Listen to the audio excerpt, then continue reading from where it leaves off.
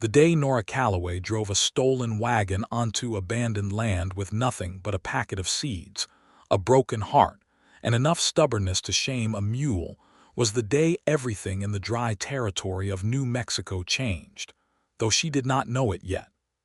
The year was 1878, and the land west of the Pecos River was the kind of country that swallowed people whole. The sun came down hard and mean every afternoon, and the wind carried dust that settled in your teeth and your lungs and the hollows behind your eyes. Towns were separated by miles of scrub, brush, and silence, and the people who survived out there had learned to be lean and purposeful and not particularly sentimental. Sentiment was a luxury. Water was not.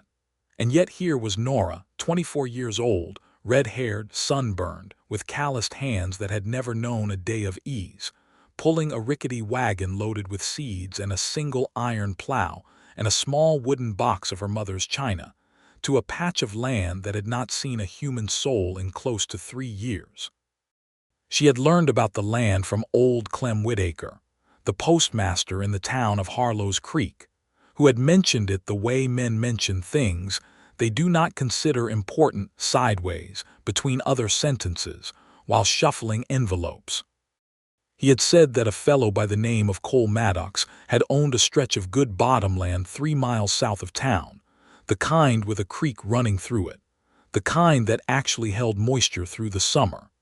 He had said that Cole Maddox had ridden off about 3 years back after some kind of trouble and had not come back, and that the land just sat there, waiting, which was a shame because it was some of the finest land in the territory. Nora had listened to that with the full attention of a woman who had just lost her last reason to stay anywhere else. She had come to Harlow's Creek 6 weeks earlier with her uncle, Frank Calloway, who had promised to set her up in a house and help her get established after the death of her mother in Missouri.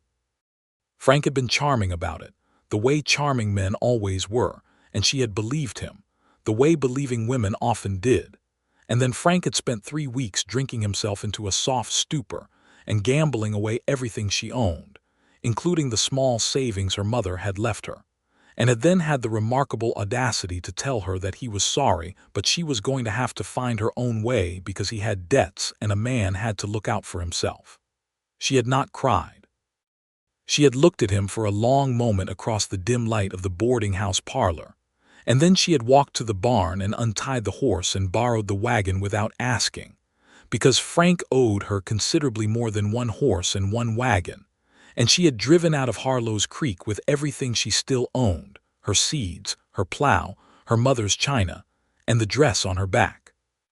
And now she was standing at the edge of Cole Maddox's abandoned land, staring at a house that was still standing, barely, and a stretch of bottomland that ran along the creek, shaded in places by cottonwood trees, and she felt something inside her chest that she had not felt in a very long time, which was the particular warmth of possibility. The house was a single-story adobe structure with a sagging porch and a door that swung unevenly on its hinges. One of the shutters had come off and lay in the dirt beside the wall. Inside there was a table, a single chair, an iron stove that had gone rusty around the joints, and a narrow bed frame with no mattress. There were still some old tins on a shelf near the stove, and when she opened them she found nothing but dust and the dried husks of something she could not identify. The floor was hard-packed dirt. The fireplace was cold and clogged with the nests of small birds, but the walls were solid. The roof was intact. The creek ran clear and cold not 40 yards from the front porch, and the bottomland stretched out before her in the golden late afternoon light, just waiting. She slept in the wagon that first night, wrapped in her traveling blanket, listening to the coyotes and the creek, and in the morning she got up before the sun and she started to work. She cleared the near field first, pulling up the dead brush and piling it for burning, cutting back the long grass with the scythe she had found hanging inside the barn, a good barn still sound enough to shelter the horse. She worked from first light until the heat of midday drove her into the shade, and then she worked again in the late afternoon until dark.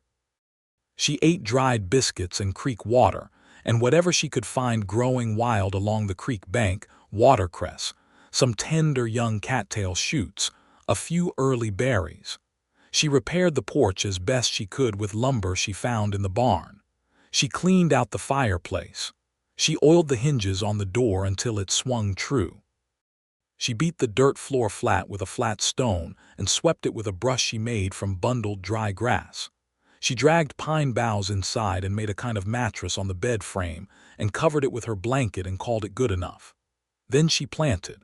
She had been collecting seeds since before her mother died, saving them from every kitchen garden she had ever worked, trading for them, buying them when she had a coin to spare. She had seeds for beans and corn and tomatoes and squash. She had seeds for onions and carrots and beets. She had herbs, basil and thyme and oregano, in small folded paper, packets her mother had labeled in her careful round handwriting.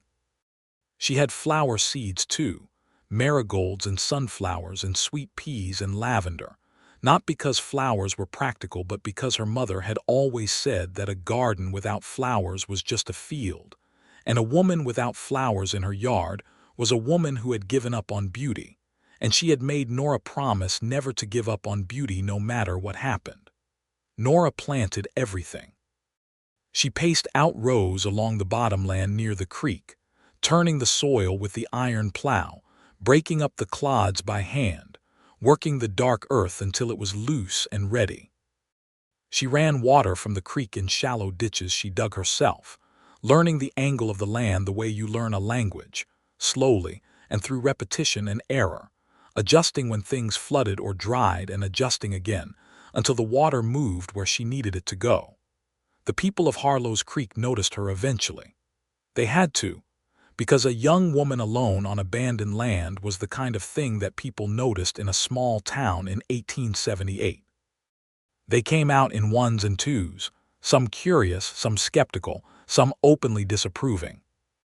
Mabel Hurst, who ran the dry goods store with her husband Roy, came in a buckboard on a Tuesday morning in late April and watched Nora planting bean seeds in a long straight row and said nothing for a long time before she finally spoke. "That's Cole Maddox's land," Mabel said. "I know," Nora said and kept planting. "Cole might come back." "He might," Nora agreed. "If he does, I'll settle it with him then." Mabel was quiet again. Then she said, "You got enough water for that many rows?" "I think so," Nora said, and she explained her irrigation plan, and Mabel listened with the careful attention of a woman who had farmed land herself and knew what was sensible and what was not.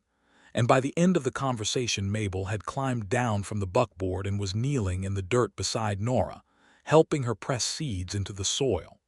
That was how friendships worked in the territory, not through conversation but through shared work. Mabel came back twice more that week, and she brought her neighbor Hester Cole, who was a sturdy woman in her 40s with soil permanently under her nails, and the kind of opinion about everything that she shared freely and without apology. Hester took one look at Nora's irrigation ditches and said they were too shallow on the east end and too steep on the west, and proceeded to help her dig them over again, which Nora accepted without argument because Hester was right.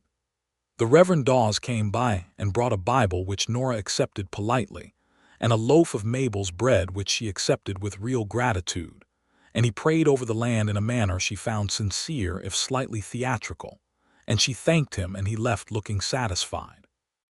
A rancher named Ed Prout came by in mid-May looking not at all friendly, and he said that he had spoken with the county land agent, and that the Maddox parcel was technically still in Cole Maddox's name, and that what she was doing could be considered trespassing and possibly theft.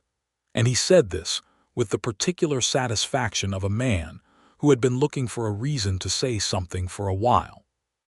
Nora wiped her hands on her apron and looked at Ed Prout and said, "If Cole Maddox comes home and asks me to leave, I will leave. Until then, I am planting a garden." Ed Prout left looking dissatisfied, which Nora counted as a victory. By the end of May, the beans were coming up in green rows along the bottomland, and the corn was showing above the soil in sturdy little stalks, and the tomato seedlings she had started in tins inside the house were ready to transplant. The The squash was sprawling in the way squash always sprawled, with an enthusiasm that bordered on reckless, and the herbs were filling the air near the porch with a scent that made even the dry New Mexico wind smell like something worth breathing.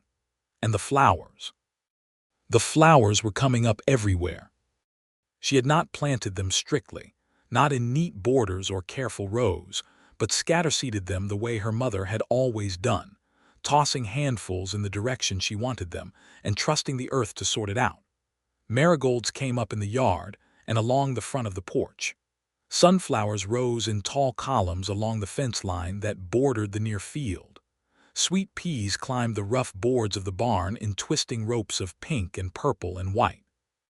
Lavender spread in low gray-green mounds along the path from the porch to the creek, and when the breeze came through in the early mornings, the whole place smelled purple and sweet and alive. She had hung her mother's china on a shelf she built herself inside the house, and she had mended the shutter and rehung it on the window, and she had planted a climbing rose she found growing wild along the creek at the base of the porch post, and trained it up with bits of cord. And when it bloomed in early June with small deep pink flowers, she stood on the porch in the early morning light and felt something that was both grief and joy at the same time, which was not so different from love, she thought. The first time she went into Harlow's Creek for supplies, she bought flour and cornmeal and salt, and a new candle, and a length of cotton fabric for a curtain, and she bartered a bundle of fresh herbs with Mabel for a small amount of sugar and a tin of black tea, and Mabel took the herbs and smelled them and looked at Nora with an expression that was part wonder and part something more practical. "You know," Mabel said, "I've been trying to get fresh herbs through the general supply wagon and they come in half dead and smelling of nothing. You think you could bring me a bunch each week once they're established?" "If you want them, I'll bring them," Nora said. "I'll pay you in trade." "That's fair."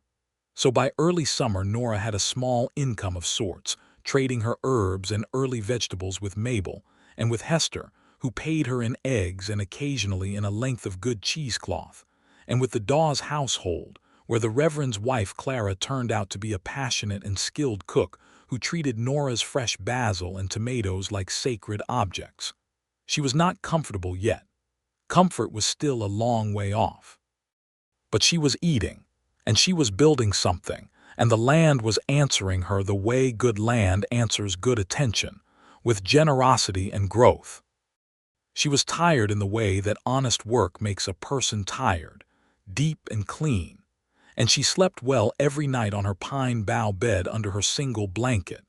And in the mornings she rose with the birds and walked out onto the porch and looked at what she had made of that abandoned place, and felt the specific quiet pride of a person who has done something real. She was standing at the edge of the near field one morning in late June, watching the way the morning light fell through the cottonwood leaves and turned everything gold and green, when she heard hoofbeats on the road. A single rider, moving at a steady pace, not rushing, the kind of pace that meant distance rather than hurry. She turned and saw him coming down the road from the direction of town, a tall figure on a dark bay horse, dressed in the practical clothes of a working cowboy, dusty denim trousers, a faded blue shirt, boots that had seen considerable country. He wore his hat pulled low against the morning sun, and he was riding with the slightly stiff posture of a man who had been in the saddle for a very long time, and there was something about the way he was looking at the land as he rode toward it that made her understand, in the space of a single breath, exactly who he was. Cole Maddox had come home. He pulled up at the edge of the property and sat on his horse for a moment, and she watched him look at the near field with its rows of corn and beans and squash, and then look at the yard with its explosion of marigolds and the sunflowers along the fence, and then look at the porch with its climbing rose, and its repaired shutter and its new curtain in the window. And she could see the moment when his brain caught up with his eyes, and he understood what he was seeing. He swung down from the horse with the easy economy of a man who had done it 10,000 times, and tied the reins to the fence post and stood at the gate and looked at her across the garden. And she stood in the field and looked back at him, and neither of them spoke for a moment that felt longer than it was. He was perhaps 28 or 29, she thought, with dark hair under his hat and a jaw that carried several days of growth and eyes that she could not quite read at this distance, and the kind of lean, weathered face that living outdoors for years produced in a man who spent his time looking at distances. "This is my land," he said. His voice was quieter than she had expected, carrying without effort across the morning air. "I know," she said. "I've been told, quite a few times." He looked at the garden again, slowly and carefully, moving his gaze from the beans to the corn to the tomatoes staked against their poles to the herbs along the porch to the sunflowers to the sweet peas on the barn to the lavender along the path. He looked for a long time. She waited. "You planted all of this," he said. "Yes. Alone. Mostly. Mabel Hurst and Hester Cole helped with the irrigation. And Hester told me your east drainage was angled wrong, which it was." Something moved in his face at that, something between amusement and something else she could not name. He pushed his hat back slightly and looked at her more directly now, and she could see that his eyes were gray, the particular clear gray of an overcast winter sky. "I've been gone 3 years," he said. "I know, old Clem mentioned it. And you just decided to plant yourself on my land." "I decided to plant a garden on available land," she said. "I didn't have anywhere else to go, and this land was willing." He was quiet again, looking at the climbing rose on the porch post, at the neat curtain in the window, at the way the whole place had shifted from abandoned to inhabited. She could see him working something through internally, and she did not rush him because she understood that this was a shock for him and that she owed him the time to absorb it. "I'm not leaving," she said then, because it seemed important to be clear about that. "Not unless you make me. I have nowhere else to go, and I've worked this land honest and I've improved it, and if you want me off it you'll have to take that up with me directly." He looked at her for another long moment. Then he said, "What's your name?" "Nora Calloway. Where are you from?" "Missouri most recently, before that Kansas, before that Ohio." "That's a lot of moving," he said. "It is," she agreed. "I'm tired of it." He came through the gate then, closing it behind him, and walked slowly along the path between the lavender, and she noticed that he bent slightly to touch one of the lavender plants as he passed, running his fingers along the gray-green stems, and she thought she saw something in his face that looked almost like pain, the way a person looks when something beautiful reminds them of something they have lost. He walked up to the porch and looked at the climbing rose, standing close to it, and she came to the edge of the field and watched him. The rose had opened fully in the last week, and it was heavy with those small, deep pink flowers that smelled sweet and faintly spiced in the morning heat. "My mother grew roses," he said, not to her exactly, more to the air between them. She did not say anything because it did not seem like a statement that needed a response. He turned then and looked at her, and this close she could see more clearly the tiredness around his eyes, the particular kind of exhaustion that was not just physical but went deeper than that, the kind that came from carrying something heavy for a long time. She had seen it before. She had carried it herself after her mother died, before the work of this land had burned most of it off. "Where are you sleeping?" he asked. "Inside," she said. "I cleaned the house, made a bed. It's not fancy, but it's clean." He looked at the house and then he looked at the barn. "I'll take the barn," he said. She blinked. "I'm sorry. There's a cot in the back of the barn," he said. "I kept it there for the summer nights when the house got too hot. I'll sleep there until we figure this out." She stared at him. "You're going to sleep in your own barn so I can have your house?" "Seems like it." She was not sure what to say to that. She had been ready for a fight, had been preparing for one since she first saw him riding down the road, and the absence of it left her somewhat unbalanced. "You don't have to do that," she said.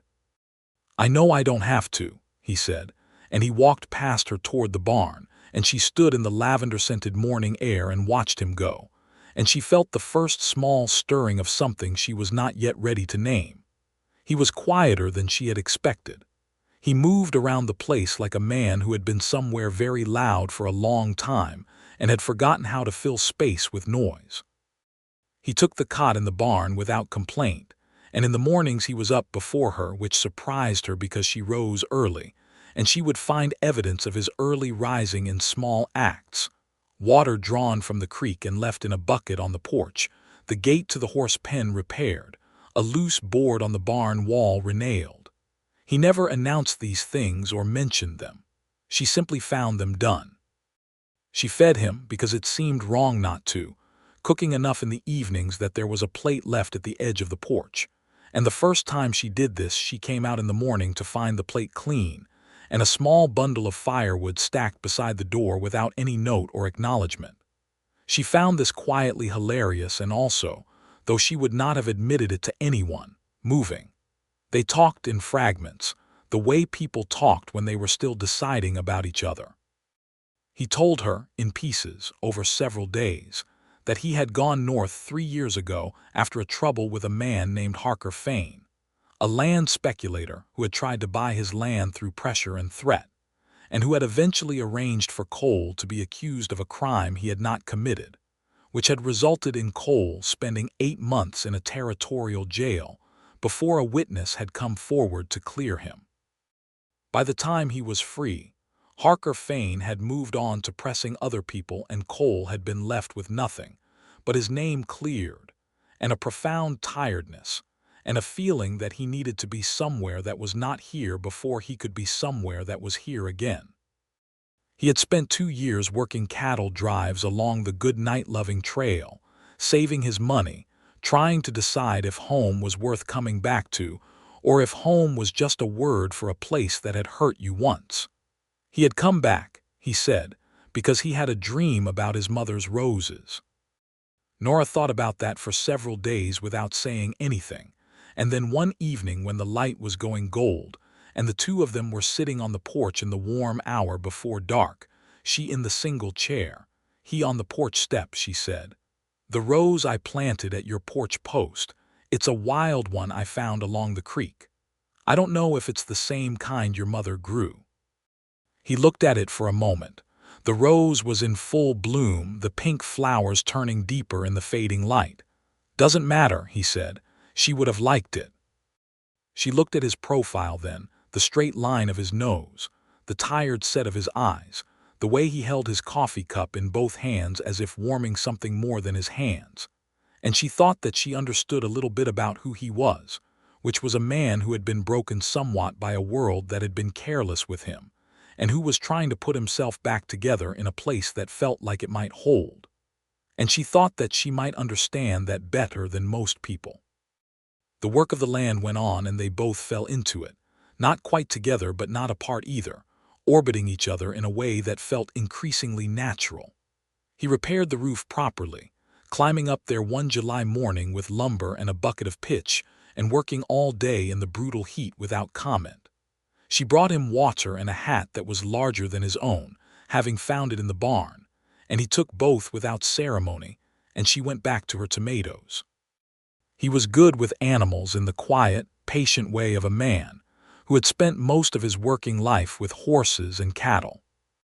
He had brought his dark bay horse, whose name was Ranger, and he had Ranger in the barn each night, grooming him with a thoroughness that spoke of genuine affection, and he talked to the horse in a low voice that she sometimes heard from the porch, though she could never make out the words.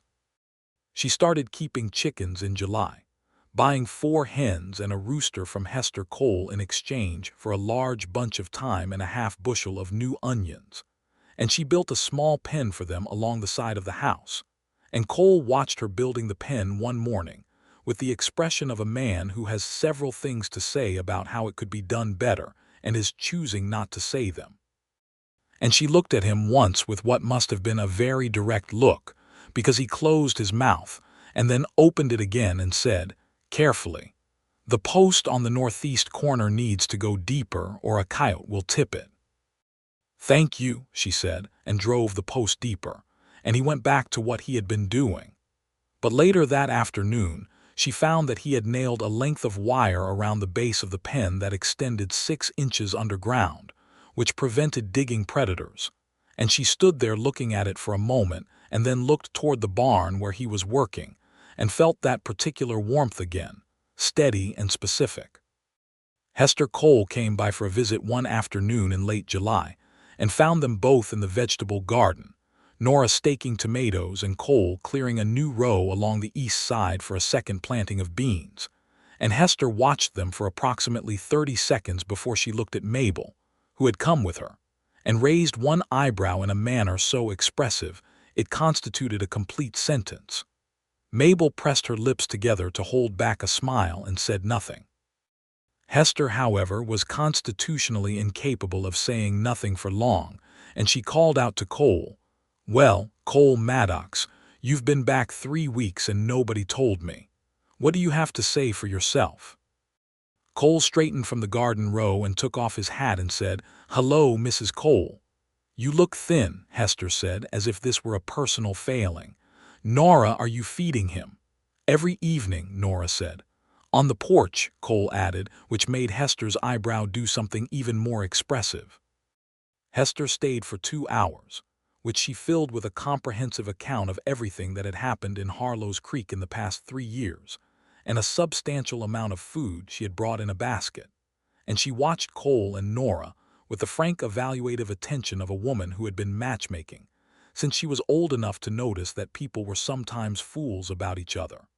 And by the time she left, she was wearing an expression of deep satisfaction that she shared with Mabel on the way home. "They haven't figured it out yet," Hester said. "They'll figure it out," Mabel said. "Should we help?" Mabel considered this. "I think Nora would not appreciate that kind of help." Hester sighed. Smart people are the slowest sometimes. The thing that changed something between them was a thunderstorm. It came up fast in the way New Mexico storms did, building out of nowhere in an August afternoon, the sky going from blue to bruised yellow to a dark boiling green in the space of an hour, and Nora was in the far end of the field tying down the bean plants, which were heavy with late pods and in danger of breaking in high wind when it hit. The rain came sideways and hard, the kind of rain that felt like buckshot, and the lightning was close and moving closer, and Cole appeared suddenly at the edge of the field and shouted something she could not hear over the wind, and when she ran toward him, he was already running back toward her, and they met in the middle of the field, and he grabbed her hand without thinking about it, and they ran together toward the house. They made it to the porch just as the worst of it hit, and stood there panting and soaked, the rain sheeting off the roof in curtains, the thunder rolling over the mountains like something alive, and Nora was shaking partly from cold and partly from the particular adrenaline of being caught in a storm, and Cole looked at her and said, "You all right?" "Yes," she said, and then she said, "No," because she had noticed that he was still holding her hand, and she had noticed that he seemed to have forgotten about it, and she could not decide whether to mention it or not, and the indecision made her slightly ridiculous to herself, which made her laugh, which surprised him. "What?" he said. "Nothing," she said, which was a lie, and he looked at her with those clear gray eyes that saw more than she was generally comfortable with, and she looked away. She became very interested in the rain. He released her hand then, slowly, the way a person releases something they have been holding on to, and she felt the absence of it as a specific thing. He leaned against the porch post and looked out at the storm, and she stood beside him, and they watched it together. And the rose climbed its cord between them, its pink flowers battered and brilliant in the rain. He said after a while, 3 years ago when Harker Fane had his men tear out the fence on the south side, I came home and found the place looking like something dead.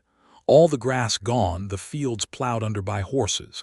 He wanted to make it look worthless so he could buy it cheap. He paused. I didn't even try to fix it, I just rode away. She turned and looked at him. He was staring at the rain. I couldn't look at it, he said. I had built this place from nothing. Started when I was 19 with $100 and a horse, and a promise of work on a neighboring ranch to see me through the first winter. My mother died 3 months after I finished the house. My father was gone before that, and then Fane he stopped. She understood now why he had looked at the garden the way he had that morning he had ridden in. She understood what it had meant for him to see it alive again. It was good land waiting to be a good land again, she said quietly. That's all I saw when I came here. Good land. He looked at her then, and she looked back at him, and the rain filled the space between his looking and any looking away, and she thought that she had probably been falling toward this particular moment since the morning he had come riding down the road, and the thought did not frighten her the way it might once have. "You saved this place," he said. "I saved myself," she said honestly. "The place came along." He almost smiled at that, not quite, but the muscles around his eyes shifted in a way that was close enough, and she felt it in her chest like a match striking. The storm passed in an hour, leaving the evening fresh and cool and washed clean, and they sat on the porch in its aftermath. Both of them changed slightly in a way that neither acknowledged yet, and the lavender scent up strong and sweet from where the rain had bruised it, and the chickens emerged from the barn with their characteristic expression of injured dignity, and the garden lay steaming and green in the late light, and it was, she thought, as close to a perfect evening as she had known in a long time. He started eating dinner with her, at the table inside the house, after the storm. He asked first formally, as if it were a significant thing, which she supposed it was, and she said yes and set a second place and made enough for two, and they sat across from each other in the small house with the curtained window and the shelf of her mother's china, and the smell of her herbs from the porch, and they talked. Not in fragments anymore, but properly, with the ease of people who have started to trust each other. He told her about the cattle drives, the long months on the trail, the particular loneliness of wide open country when you are moving through it without any attachment to it, and the other kind of loneliness, which was the loneliness of being in a crowd of men who knew each other from years of shared work, while you were new and guarded and carrying something you had not worked out yet. She told him about Missouri, about her mother who had been a woman of extraordinary competence and grace who had worked a kitchen garden and a household and a difficult husband, and then, after the husband left, had worked everything alone, and who had taught Nora that a woman with useful skills and clear eyes and enough stubbornness was not vulnerable to much. She told him about Frank, not with bitterness but with a kind of rueful clarity, and he listened to the part about Frank with an expression that went still and careful, and then he said, "He took your money and left you with nothing," and she said yes, and there was a pause, and then he said in a tone that was very level and controlled, "Is he still in Harlow's Creek?" "I believe so," she said. "I've been avoiding that end of town." Cole said nothing further, but the set of his jaw said something, and she decided not to examine it too closely, because it made her feel warm in a way that was either gratifying or alarming depending on how she thought about it. He was not demonstrative. He was not a man who spoke easily about feeling or reached easily for contact, and she understood that about him and did not push against it. But she noticed things. She noticed that when she was tired in the late afternoon, coming in from the field with her shoulders aching, he sometimes appeared with a cup of coffee just before she thought to make it herself, setting it on the porch post near her, and going back to what he was doing without comment. She noticed that when she was trying to move the heavy iron plow from one end of the field to the other, he came and helped without being asked, and without making her feel like she had needed help, which was its own kind of consideration. She noticed that he always positioned himself between her and the road when strangers came by, not obtrusively, just there, and that he listened carefully when she spoke and remembered what she said, which was rarer in people than it should have been. And she noticed, most of all, the way he looked at the garden. He looked at it every morning when he came out of the barn, a full, slow survey from the roses to the sunflowers to the vegetables to the creek, and his face in those moments was the most open and unguarded she ever saw it. And what she saw there was something that she thought might be called gratitude, but deeper than gratitude, more like the feeling of coming home to something you did not know you had missed until it was there. Ed Prout came by again in late August, and this time he had a man with him who introduced himself as Holloway, from the land agent's office in the county seat. And Holloway had papers that he said indicated the Maddox land had been under a property tax lien for 2 years unpaid, and that unless the back taxes were paid within 30 days, the property would revert to county ownership, which he described in a neutral official tone that barely concealed the expectation that this would be a serious problem. Cole listened to this without any visible emotion and then asked how much the back taxes were, and Holloway told him, and Cole said he would have the money in town within the week, and Holloway looked slightly disappointed and Ed Prout looked considerably more so, and they both left. When they were gone, Nora looked at Cole and he looked at her and she said, "Do you have that money?" "I have most of it," he said. "I'll make up the rest from the summer wages I've got coming from Barranca Ranch. I've been doing some day work for them on the weekends." She had not known that. She thought about it for a moment and said, "I have some from the herbs and vegetables. Mabel and Hester and Clara Dawes between them. It's not much, but if it helps, keep your money," he said. "Cole." "Nora." He said her name with a particular firmness, and she recognized that this was not a conversation she was going to win, and she let it go, though not without reservations. He rode to the county seat that Friday and came back the following Monday with the tax receipt and a look of grim satisfaction. And she made beef stew with the last of their dried beef, and the new carrots from the garden and a fresh loaf of bread. And he came in from the stable and found the table set and the pot on the stove, and she was sitting in her chair waiting. And he stopped in the doorway for a moment and looked at the warm, small scene of the lit house and the set table and the waiting woman. And she saw something cross his face that was so unguarded and undefended that she had to look down at her hands for a moment to give him the privacy of it. He came in and sat down and said, "Smells good." "I used the last of the beef," she said. "There's another side coming from Barranca end of the week," he said. "They pay partly in beef when I ask."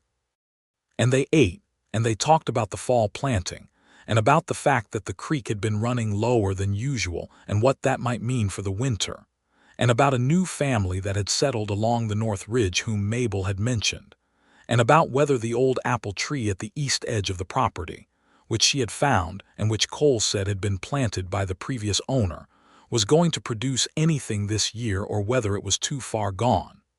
"It'll produce," she said. "I pruned it back in April and it's been shooting new growth all summer." He looked at her with that expression she was coming to know best, which was simultaneously impressed and amused and something else that lived underneath both of those things, and he said, "Is there anything on this land you haven't fixed?" "The well casing on the north side," she said. "I don't have the skills for masonry." "I do," he said. And she smiled and he watched her smile, and neither of them said anything else about it, but both of them knew that something had been said. September brought the harvest, and it was, by any honest measure, extraordinary. The corn came in tall and full, ears heavy and sweet, and there was more of it than she had expected, because the bottomland was richer than she had allowed for in her most optimistic calculations. The beans were so abundant that she spent 2 weeks putting them up in the tins she had acquired from Mabel, pressing them with salt and sealing them with rendered fat, and she gave half of them away because there was truly no other option, bringing bundles to Mabel and Hester and Clara Dawes, and to the Reverend's church, and to the new family on the North Ridge whose name was Aldrich, and who turned out to be a young couple with a baby and very little else. And they received the beans with a gratitude that she found both heartbreaking and bracing.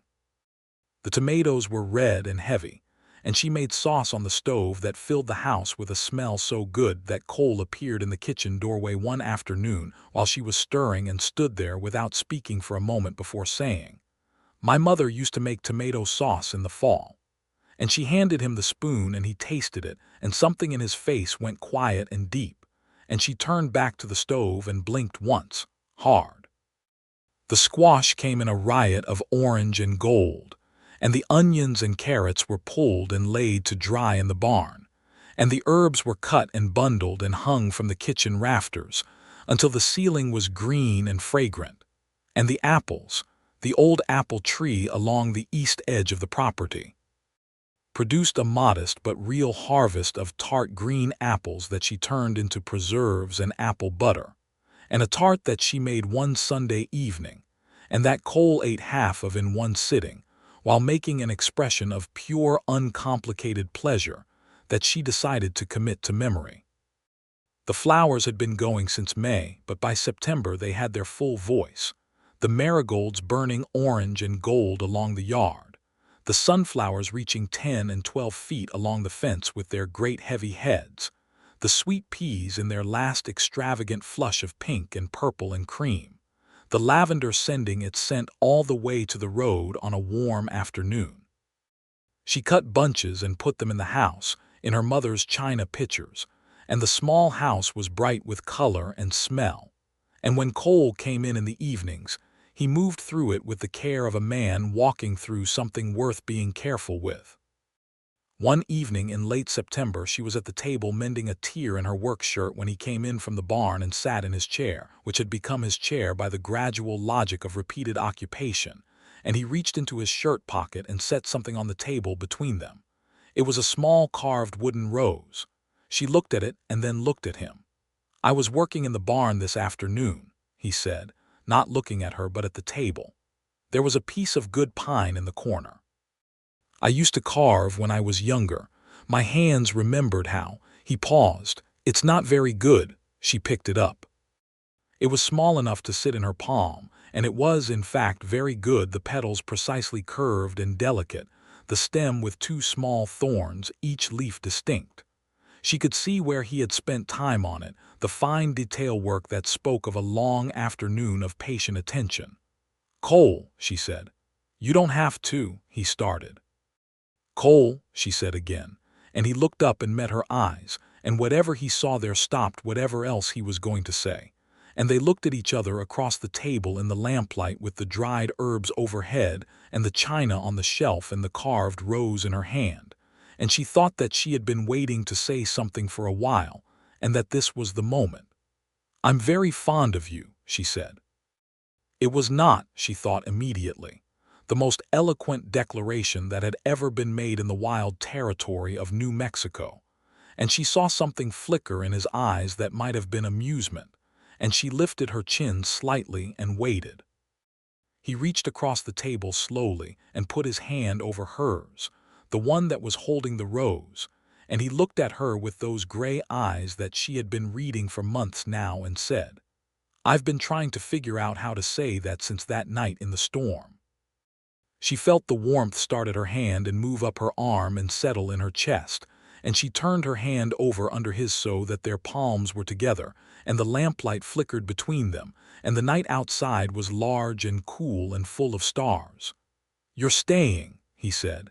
It was not quite a question. "I told you from the beginning," she said. "I'm staying." He looked at their hands and then at her face, and the slow, careful smile that moved across his features was so unexpected and complete that she felt it in the exact center of her chest, and she thought that she had never been particularly a woman who needed a great deal from the world, that she had always been good at making enough from available materials, but that this quiet man with his gray eyes and his carved rose and his growing things, this land she had brought back from abandonment, this small warm house with its herbs and china and climbing rose, this was exactly enough, and more. The courting, if it could be called that, was as quiet and deliberate as both of them were. He rode with her to Harlow's Creek on a Saturday morning in October, on Ranger, the two of them sharing the horse without comment on the logistics of it, which meant she was in front and he was behind and his arms were around her with the reins, and neither of them mentioned any of that. He bought her a new pair of gloves at Mabel's store because he had noticed hers were worn through, and Mabel watched him pay for them with an expression that made Nora look very hard at the display of thread.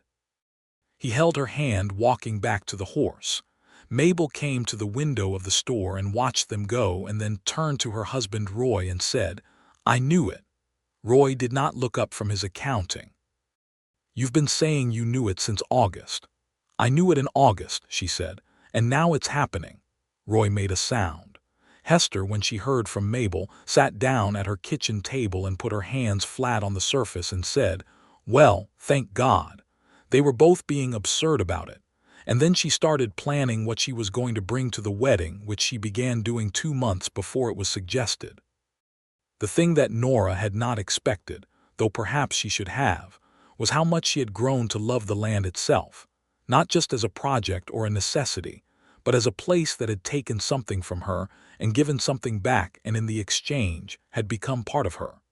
She loved it in the mornings when the light came over the mountains and turned the fields golden.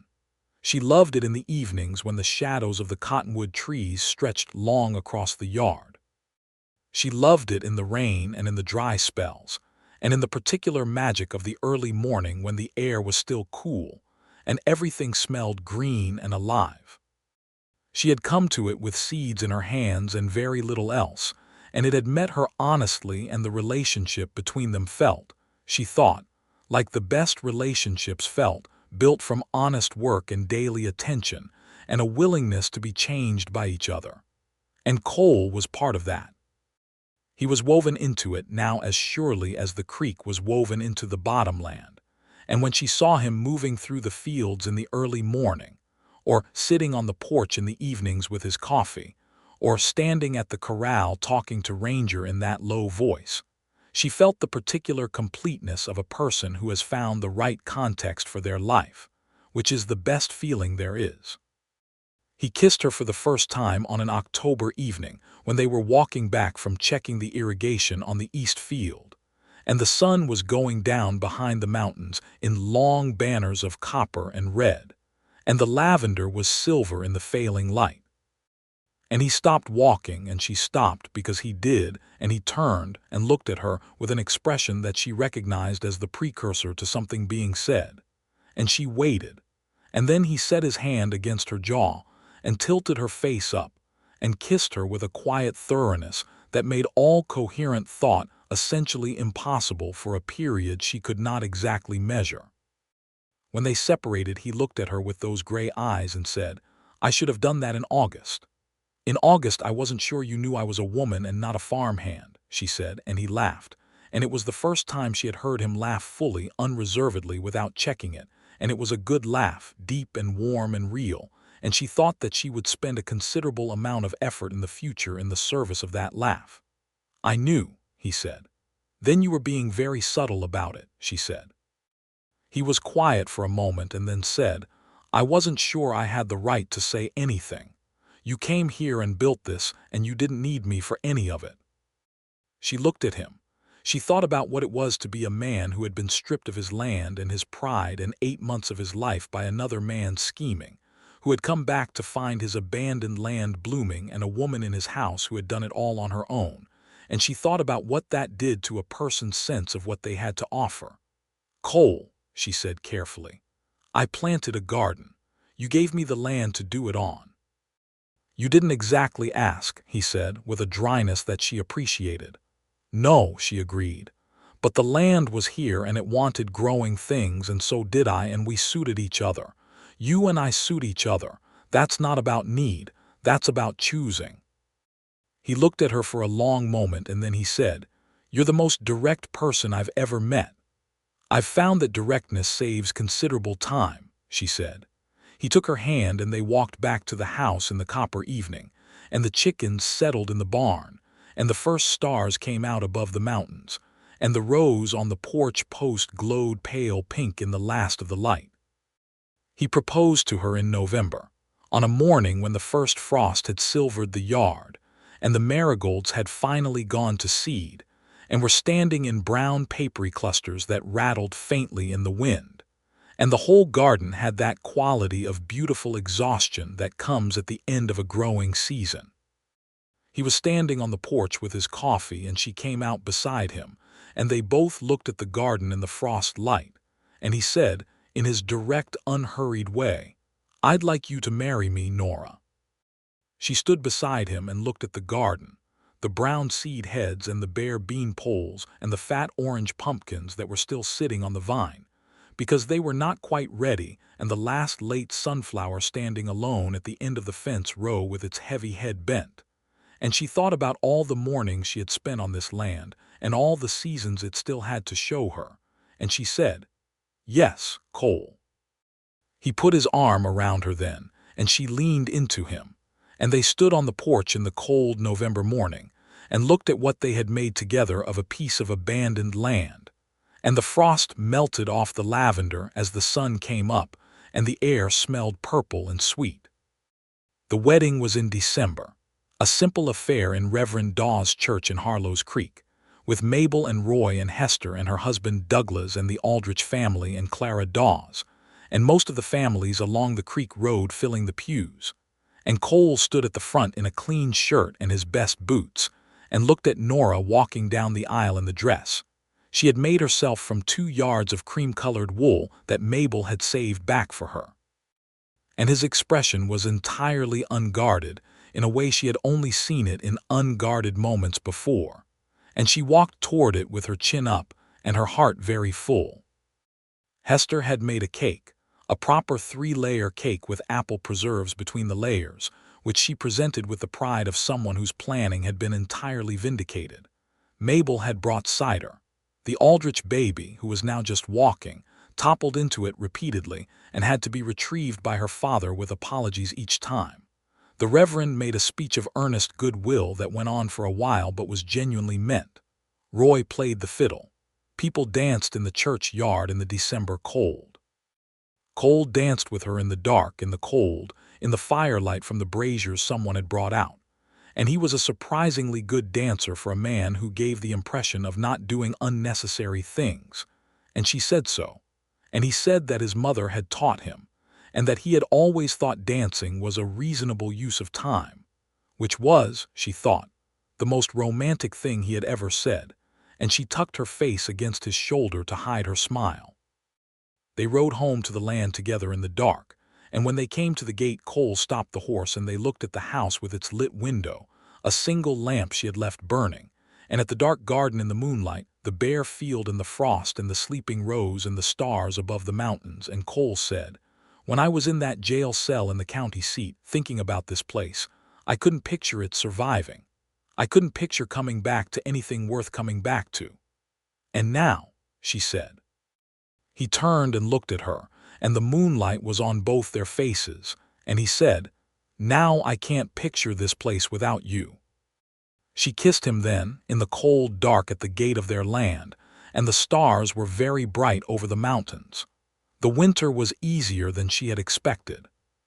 She had put up enough during the harvest that the larder held well, and Cole had wintered cattle before, and knew what to lay in for the horses and the chickens, and the 2 new pigs he had brought home in November from a farm sale in the county, fat pink creatures who lived in a sty he built along the south side of the barn, and who turned out to have large and definite opinions about everything, which she found entertaining, and which Cole bore with the stoic patience of a man who had dealt with worse.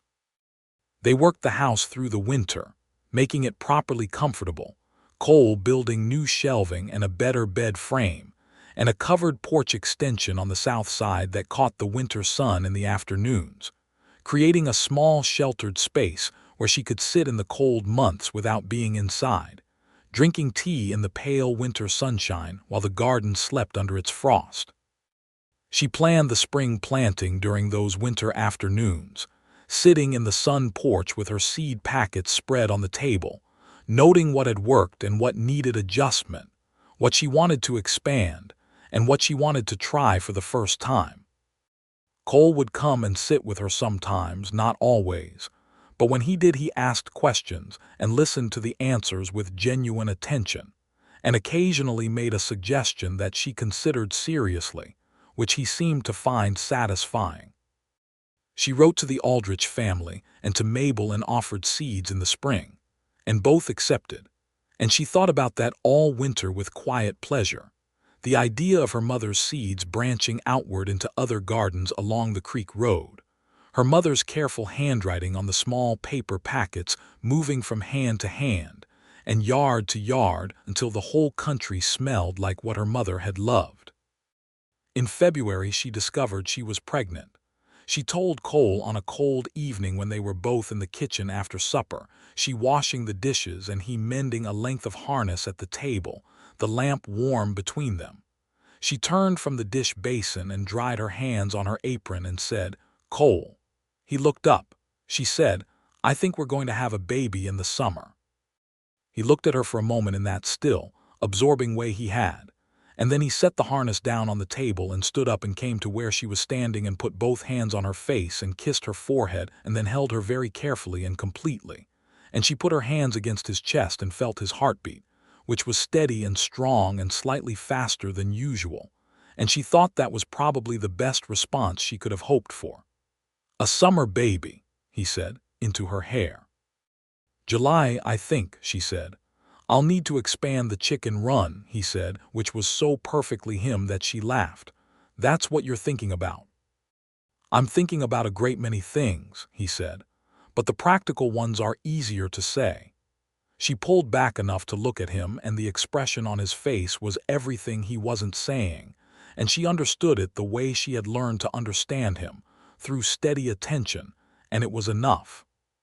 He did expand the chicken run, and he also built an addition on the east side of the house, 2 rooms, one that would be a proper bedroom and one that would be a nursery, working through March and April in the cold, clear days. And she helped where she could and watched the structure rise with a feeling that was part wonder and part the very specific pleasure of watching a man who is building something for someone he loves. Spring came again to the land, and she planted again, with the urgency and joy she had felt that first spring, but deeper now, richer, because this was her land now in law and in fact and in the deepest sense of the word, and the seeds she was pressing into the soil were being pressed into her own earth, and the flowers that came up were coming up in her own yard. The marigolds seeded themselves, coming back thicker than before, a small botanical triumph that she took considerable pride in. The sweet peas she replanted along the barn. The lavender had spread over the winter into a long gray-green river along the path, and in the spring it was the first thing to show color, and she stood on the porch each morning looking at it, and thinking that some things, once rooted, were hard to stop. Cole planted with her now, without needing to be asked, working alongside her in the early mornings before the day heated up, and she observed that he had developed opinions about soil preparation and spacing that were, she was somewhat reluctant to admit, occasionally better informed than hers, having come from actual farming rather than garden work, and she acknowledged this when it applied, which he always received without any particular display of satisfaction, and which she respected him for. Hester came by regularly through the spring and sat on the porch and talked while Nora worked in the near field, and she brought things, a length of muslin for the baby, a knitted pair of small socks that she presented without ceremony, a jar of tallow for Nora's chapped hands. She also brought opinions on everything, delivered with the frank force of a woman who had raised 4 children and buried a husband, and was not in the least uncertain about what worked and what didn't, and Nora received them as she received good advice in general, with consideration, without necessarily compliance. Mabel came with her husband Roy one Sunday afternoon, and Roy and Cole went to look at the well casing on the north side, and Mabel sat with Nora on the south porch in the spring sunshine, and they talked about the garden and the baby and the way the land had changed in a year, and Mabel said, "You know, when I first saw you planting in those bean rows that April morning, I thought you were either the bravest woman I had ever seen or the most foolish." "Which did you decide?" Nora said. Mabel considered. "Both," she said, "at the same time, which is usually what bravery is." Nora thought about that for a while. The Aldrich family had been struggling, she knew, in the way that young families struggled when they were new to land they were still learning and short of everything. Tom Aldrich was a willing worker but an inexperienced one, and his wife Jenny had a kind of strung-out endurance that Nora recognized as the look of a woman who had been running on necessity for too long. In April, Nora rode over with seeds, beans, and squash and the carrots she had been especially proud of, and sat with Jenny in their small kitchen, and went through the planting with her, the way Hester had gone through the irrigation with Nora the spring before, directly and without condescension, and Jenny listened with the careful attention of a woman who could not afford to miss anything, and by the end of it, she had the slight brightened look of someone who had been given something real. Tom Aldrich came by in May and helped Cole mend the south fence, and they worked all day on it together. And when they were done, Cole gave him 3 good fence posts to take home, and Tom Aldrich said, "You don't have to do that." And Cole said, "The land's better when the neighbors are better," which Tom seemed to turn over for a while before he smiled. This was the territory as Nora had come to understand it. Not the violence and lawlessness that people talked about in the cities back east, though those things existed and were real, but this quieter, steadier thing, the mutual aid of people who understood that survival was a cooperative project. It was imperfect and sometimes hard, and the injustices were real. The land itself had been taken from peoples who had lived here for generations before settlers arrived, something she thought about when she turned the dark soil, something she carried with a weight she did not know how to put down because it was simply true. But within that complicated history, people were also building things, community and friendship and the small interdependencies of shared geography. And she was part of that now, and that meant something to her. The baby came in July, on a hot afternoon when the thunderstorms that had been building for 3 days finally broke over the mountains, and the rain came down in gray curtains, while Hester and Mabel attended the birth in the new bedroom with its board floor and the window that looked out on the garden. Cole paced the south porch through the worst of it, which Mabel told him afterward was entirely expected behavior and was not a reflection on his character. When Hester came out and told him he had a son, he went still for a moment the way he went still when something was too large for immediate response, and then he went in. She was tired in the deep-down way of labor, propped against the pillows Hester had arranged with characteristic efficiency, and the baby was in her arms, red-faced and emphatically present, making small sounds of objection about the world he had just entered. Cole came and sat on the edge of the bed and looked at the baby for a long time without speaking. "He has your nose," she said. "I hope that's a good thing," he said. "I like your nose," she said. He put his finger against the baby's hand, the way parents do, and the baby curled his fingers around it with that reflexive grip that is so improbably strong, and Cole looked at that small hand around his finger with an expression she would have done anything to preserve. "James," she said. "For your father you said he was named James." Cole looked at her and his throat moved. "James," he said. Hester from the doorway said, "Well, that's settled nicely," and came back in to sort out the practical matters, which she did with great efficiency while Mabel made tea in the kitchen. And the rain fell outside on the garden, on the marigolds and the sunflowers and the last of the sweet peas. And the evening came in cool and washed and the baby slept. And Cole sat in the chair beside the bed and held his wife's hand and did not sleep for a long time.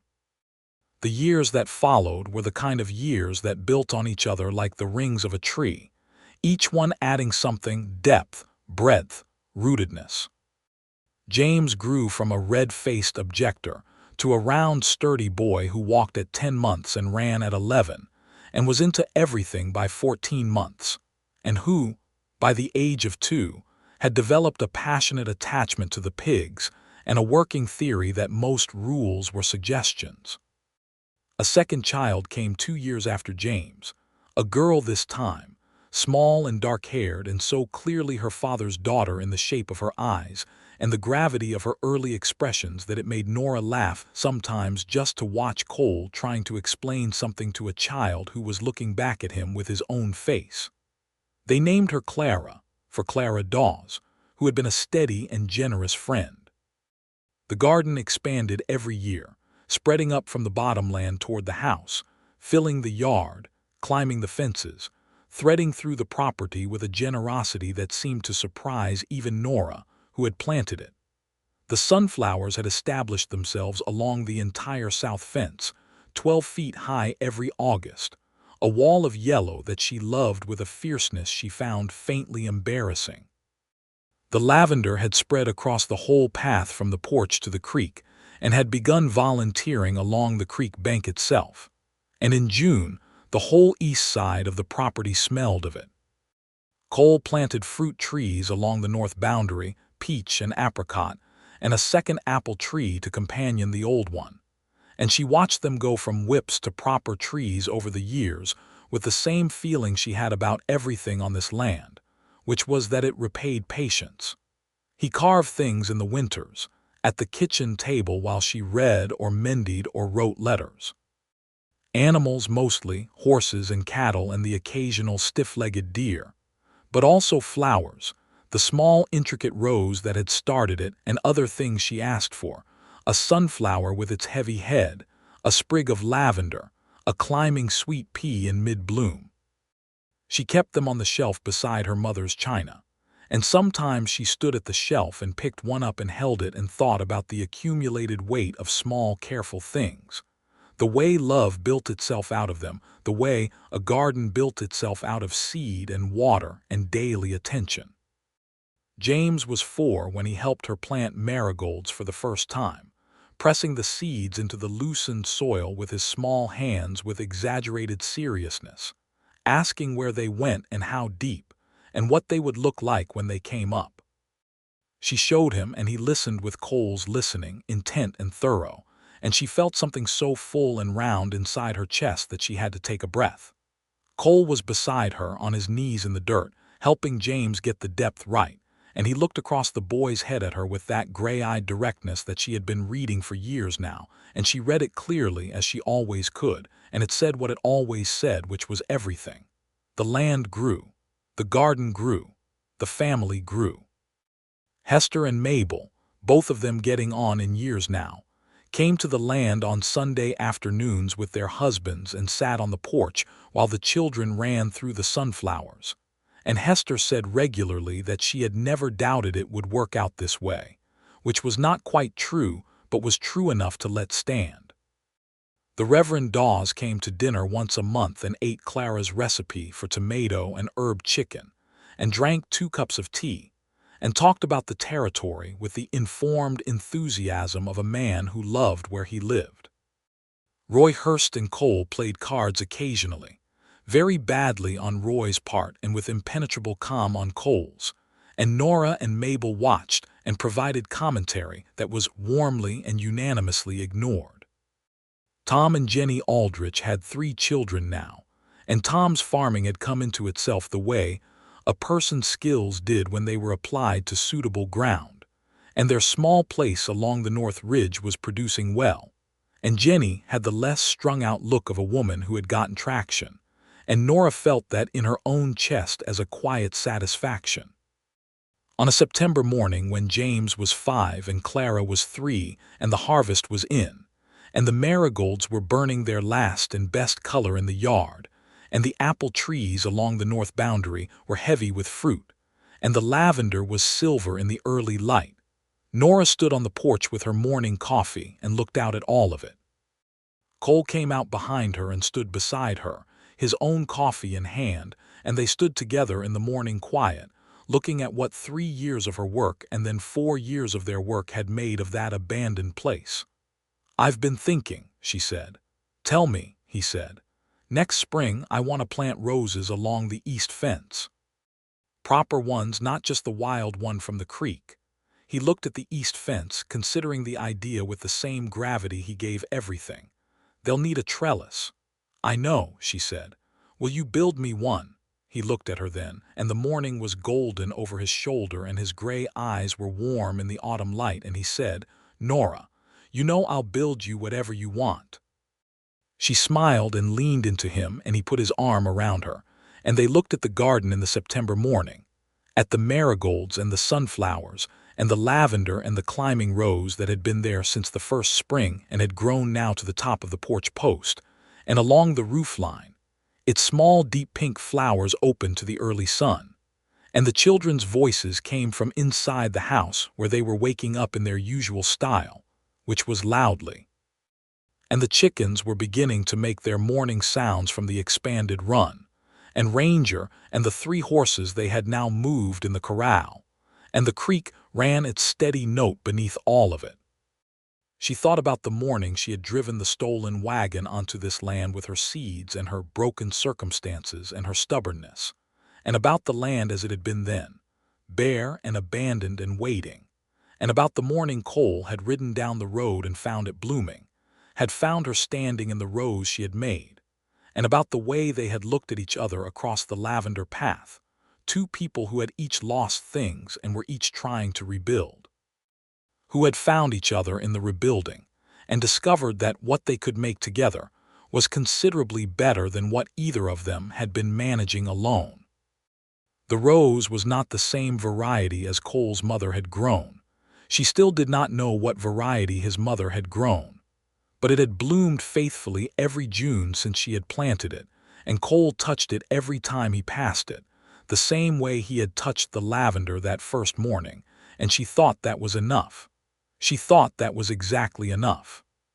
She thought about her mother's seeds, the small paper packets with the round, careful handwriting, and how they were in Mabel's garden now and Hester's and Jenny Aldrich's and Clara Dawes, and how the lavender she had planted had seeded itself along the creek bank, so that by now the whole road into the property smelled of it in the hot afternoons, and how the sunflowers reseeded themselves every year along the fence so that they were truly permanent now, a standing feature of the landscape, and how the apple trees Cole had planted were beginning to cross-pollinate with the old one and produce new variations that were interesting and different and unexpectedly good. She thought about roots, about how you put a thing in the ground and gave it water and attention, and how in return it anchored you, how tending something made a place yours in a way that mere possession never did, how the act of growing things was also the act of being grown. "Cole," he said, "I want to try watermelons this year." He was quiet for a moment. "That's a lot of water." "I know, but the bottom of the east field stays wet longer. I think it might work." He considered it. "We'd need to trench the east irrigation in a new direction." "I know, I've been thinking about how." "Tell me your thinking," he said. And she did, standing in the September morning with his arm around her, and the coffee warm in her hands, and the garden blazing all around them. And he listened and said his piece, and she listened and said hers. And by the time the children came tumbling out the door with their morning noise and their demands and their sturdy particular selves, they had worked out the whole plan, and the east field was already imagined into something new, which was how it always worked here, on this land, in this life. The imagining came first, and then the work, and then the growing thing, and then the standing on the porch in the morning light, and looking at what the imagining and the work had made, which was always more than you had been able to imagine at the start, always more. James hit the porch running, and Cole caught him with one arm and held the boy against his side without spilling the coffee, which was a maneuver that still impressed Nora after 5 years of watching it. And Clara came behind more carefully, in the measured way she did things, and took her mother's hand, and the 4 of them stood on the porch in the September morning on the land that had been abandoned and was now the fullest, most alive place Nora had ever known. The roses she planted along the east fence the following spring were deep red, the color of October afternoons, and they bloomed in June, and the whole east side of the property blazed with them. And Cole built the trellis exactly as he had promised, with the particular thoroughness he brought to everything he built. And when she saw it for the first time, she ran her hands along the smooth wood and felt in it the daily history of their life together. The hundreds of small, careful things accumulated into something that held. She cut a spray of the new roses that first June and put them in her mother's best china pitcher on the kitchen table, red against white. And Cole came in from the field and stopped and looked at them and looked at her, and she looked back and did not say anything because everything that needed saying had already been said. Over years of mornings and evenings and shared work and seeds pressed into good ground and the particular ongoing conversation of 2 people who had chosen each other from a standing start and had never regretted it. The land was alive. The garden was everywhere. The house was full. And the woman who had driven a stolen wagon onto abandoned land with nothing but seeds and stubbornness, and a mother's promise to never give up on beauty, had kept that promise. And then some, and then much more than some. Outside, the sunflowers leaned into the afternoon sun along the fence they had first been planted against 7 years ago, and the lavender hummed with bees along the path, and the climbing rose above the porch. The first one, the wild one from the creek, spread its pink flowers across the roofline in the extravagant and faithful way it did every year, and the whole place smelled of herbs and summer and something deeper than either, the specific smell of a life that had been tended well and that had, in return, tended back. It was enough. It was home. It was everything.